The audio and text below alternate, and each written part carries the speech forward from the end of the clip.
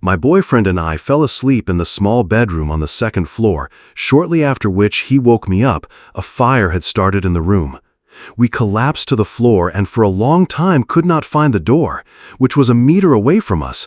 Constantly bumping into walls and corners, we stopped understanding anything at all. Feeling like I was being baked in an oven, I put my head on the floor thinking I would never see my son again and how sad it was to die. All this lasted an eternity, and I had a terrible feeling of loneliness. My boyfriend somehow found a phone on the floor and called 911. The firefighters arrived literally a couple of seconds later, but could not break down the front door. Then they shined a flashlight into the window so my boyfriend could knock out the air conditioner, and he did. Finally, the firefighters came up to us. We crawled to them, and we were immediately taken to a burn center because it was unclear what condition we were in. I think half the hospital went through our ward later. They had never seen anyone get out of something like that and look like that. It was when I was a child. I was swimming in the pool in the backyard, and my family was having dinner nearby at a round table. Almost all of them were sitting with their backs to me, but I was about 11 years old and I could swim well. I climbed into a children's inflatable ring with holes for the legs, which ended up turning upside down, and I got stuck in it. My legs did not want to get out of the holes. I struggled and floundered with all my might, but I could not get out. And it's useless to shout underwater, no one heard me. So many thoughts flashed through my head, mostly how sad it was that in a couple of minutes my parents would find me dead and never forgive themselves for letting me drown quietly while they were hanging out with friends. I tried one more time to pull my legs with all my might. One leg miraculously slipped out, and after that I was able to pull out the second one. I made it. Of course, I was scared as hell, but physically I was completely fine. I was driving home from college on a 2-lane highway with oncoming traffic and no shoulder whatsoever. The guy in the oncoming lane didn't see me. I have a small car. Deciding that he could overtake 4 trucks at once, he drove into my lane at a speed of about 150 kilometers per hour. I had nowhere to go. The guy flew into a ditch to avoid hitting me head-on. He damaged his car badly, but I survived. I was drunk, running through the forest, when all of a sudden, bam, barbed wire cut right into my throat. The last thing I remember is that I couldn't breathe. I started to lose consciousness and blood was gushing from my neck. I woke up an hour later, somehow got home, looked like a murder victim. When I was 6, I ate one of those oval Brex candies. I think they were called Sparklets. I was all alone at home then, and it got stuck in my throat. For the first couple of seconds, I stood in shock, realizing that I couldn't breathe.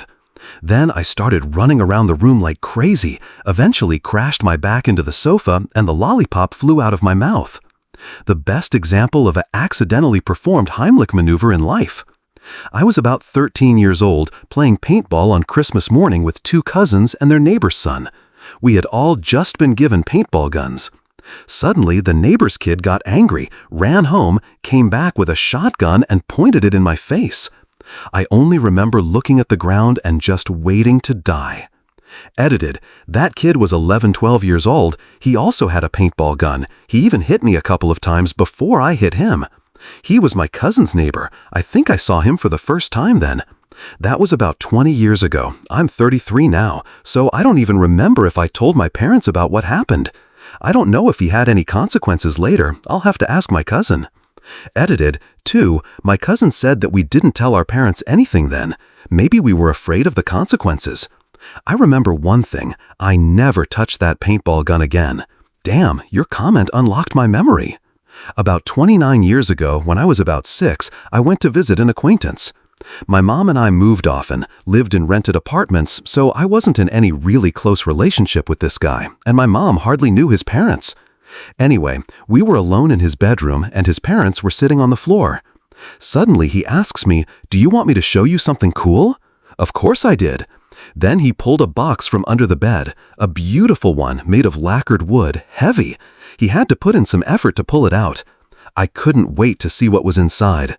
He unlatched the locks, opened the lid, and took out a revolver. At first, I was just curious and perhaps slightly anxious. I had only seen weapons on TV. And then he pointed it right at me.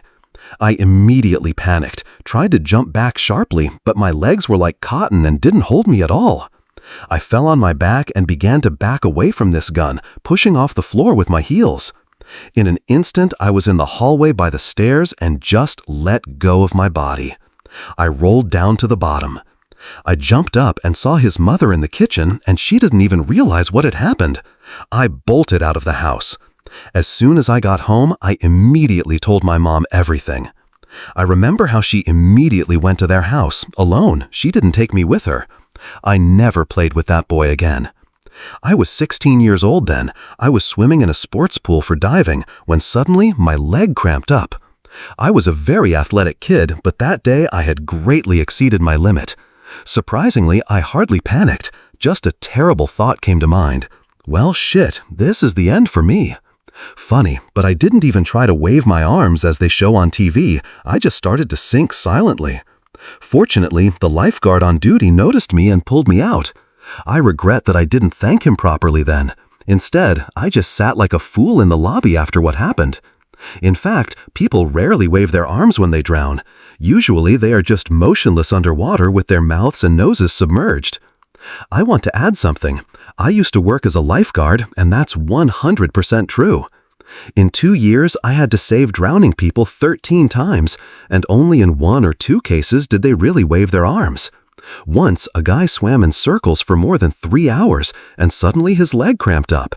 He had been swimming in front of my eyes for 2 years, but that cramp was enough to make him start drowning.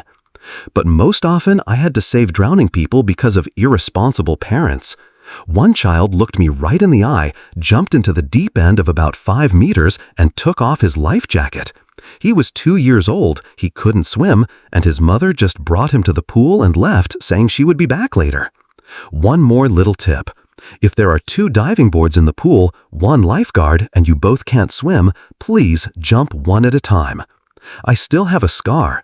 2 kids jumped at the same time, and when I got to one of them, he had only one thought to get out of the water. The little girl began to climb on me. A 6-year-old wrapped around my head, blocking one arm. Then I got to her 9-year-old brother, who wrapped around my leg, blocked my other arm, and also climbed onto my face. If the parents had been watching them, maybe I wouldn't have a scar on my back after one of them, trying to escape, dug their nails into me. Be careful with water and watch your children. I was driving on a 2-lane road with steep cliffs on both sides, and suddenly I had a flat tire.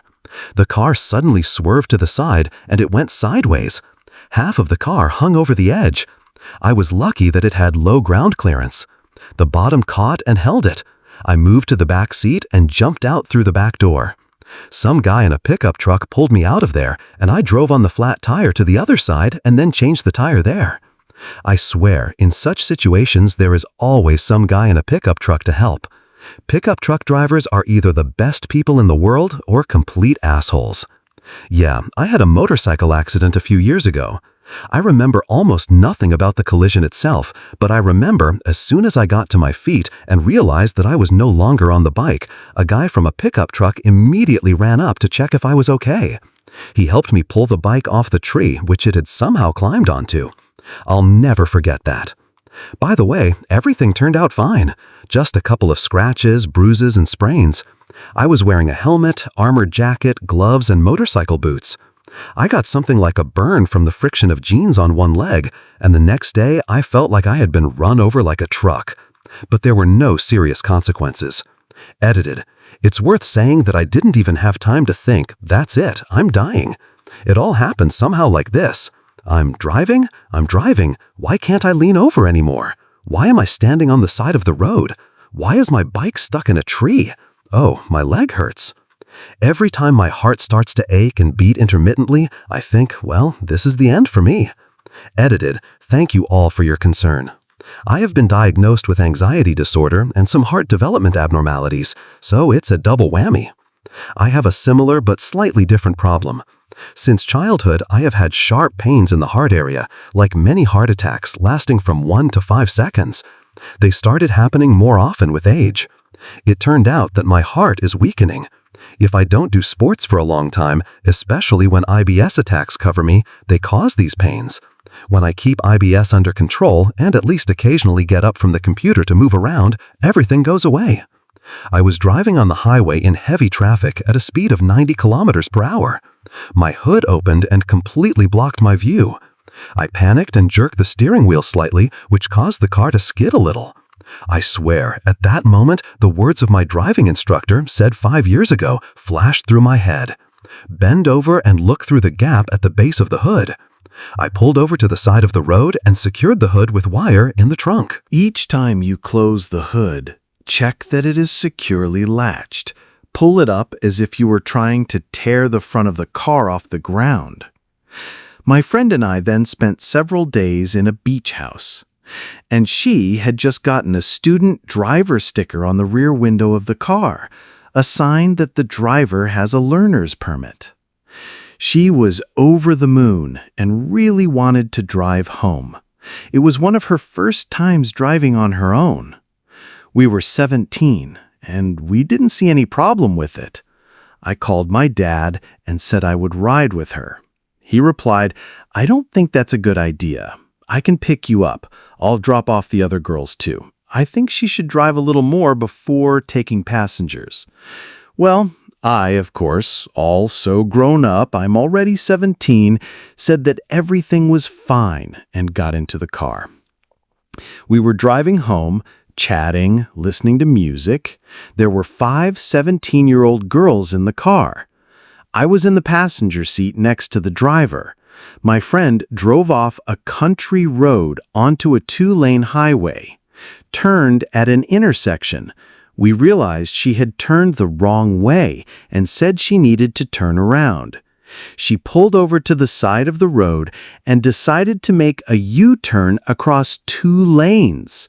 But she didn't look in the mirrors, and a huge truck was quickly approaching from behind.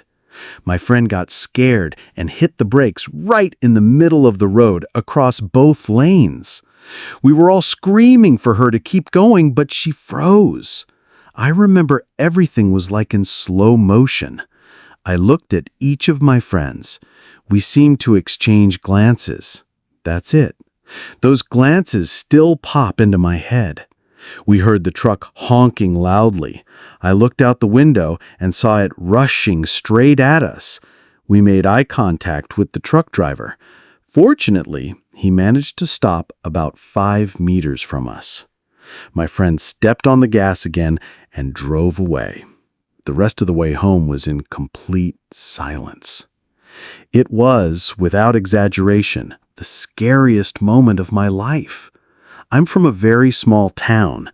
The death of 5 people at once would have shocked everyone. And those faces of my friends at that moment, some kind of wild horror. I even had a thought, well, that's it. It's gonna crash now. But at that moment, for some reason, I felt a strange calmness. After that incident, I truly realized that I am not immortal, and I can die at any second. And I also realized that I need to listen to my father.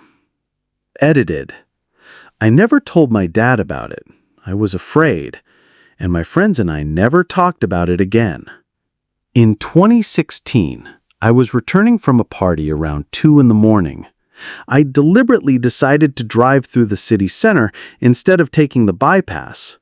This added about 10 minutes to the trip, but I hadn't been in that area for a long time, and I thought, why not? This decision almost cost me my life.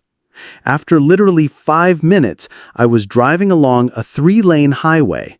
In fact, it was just a regular wide road, which passed by a shopping center.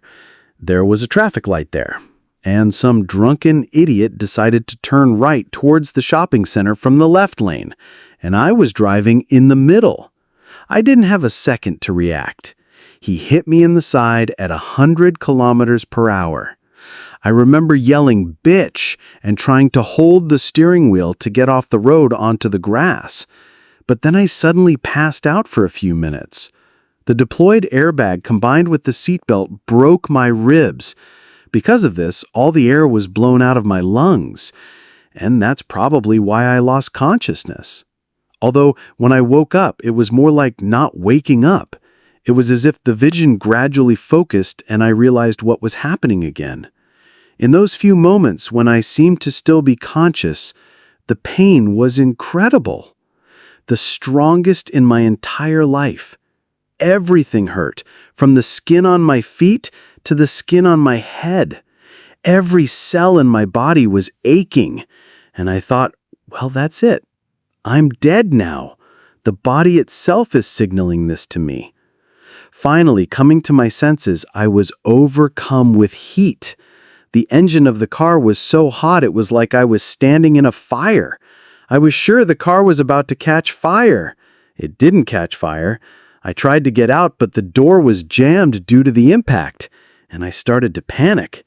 I leaned my back against the passenger seat and started kicking the door with my feet again and again until I opened it and got out. Every cop, medic, and even the tow truck driver looking at my car said the same thing. You shouldn't have survived at all. The fact that you only have a fracture and a few cuts is a real miracle. So yeah, that's the story of how I almost died. I was sure I was dead, but by some miracle, I still survived. I was driving down the highway at 100 kilometers per hour when suddenly the car started to shake. I reflexively hit the brakes and the car spun 180 degrees. I found myself facing oncoming traffic, including a truck. I was so close to it that I couldn't even see the driver's cab. I screamed and jerked the steering wheel. I ended up right in front of a sedan with 2 passengers in it. They also screamed when they saw me appearing out of nowhere in front of them. I kept screaming and slammed the gas pedal to the floor. I managed to pull over to the side of the road where I then just sat and cried for a long time. It turned out that I had a flat rear tire. Hitting the brakes was a very bad idea. And what should you do in such a situation? I would definitely hit the brakes. You need to gently release the gas, turn on the hazard lights so that others understand that something is wrong with the car, and smoothly move to the side of the road. The main thing is not to make sudden movements. When you reduce the speed to about 10 kilometers per hour, then you can brake to a complete stop. Edited. In the comments below, it was correctly noted. It is better for all 4 wheels to be on the same surface, like the whole car ended up on the side of the road before stopping completely. This is a good rule for any situation in which the car starts to behave unpredictably. At that time, I was in my senior year of school. The club I was in organized an unofficial trip to the beach at the end of the year, without teachers and without permission. So I and a few other older students were responsible for organizing and supervising. After a couple of hours of fun, one of the students runs up to me and says that 3 younger guys from the club were swept away by the current, and they can't get back to shore. I and 2 other older guys, all good swimmers, immediately rushed to help them. My friends managed to reach 2 of the guys. They started swimming with them parallel to the shore to get out of the current. And the one I swam to was already starting to drown and almost immediately started pulling me down in panic.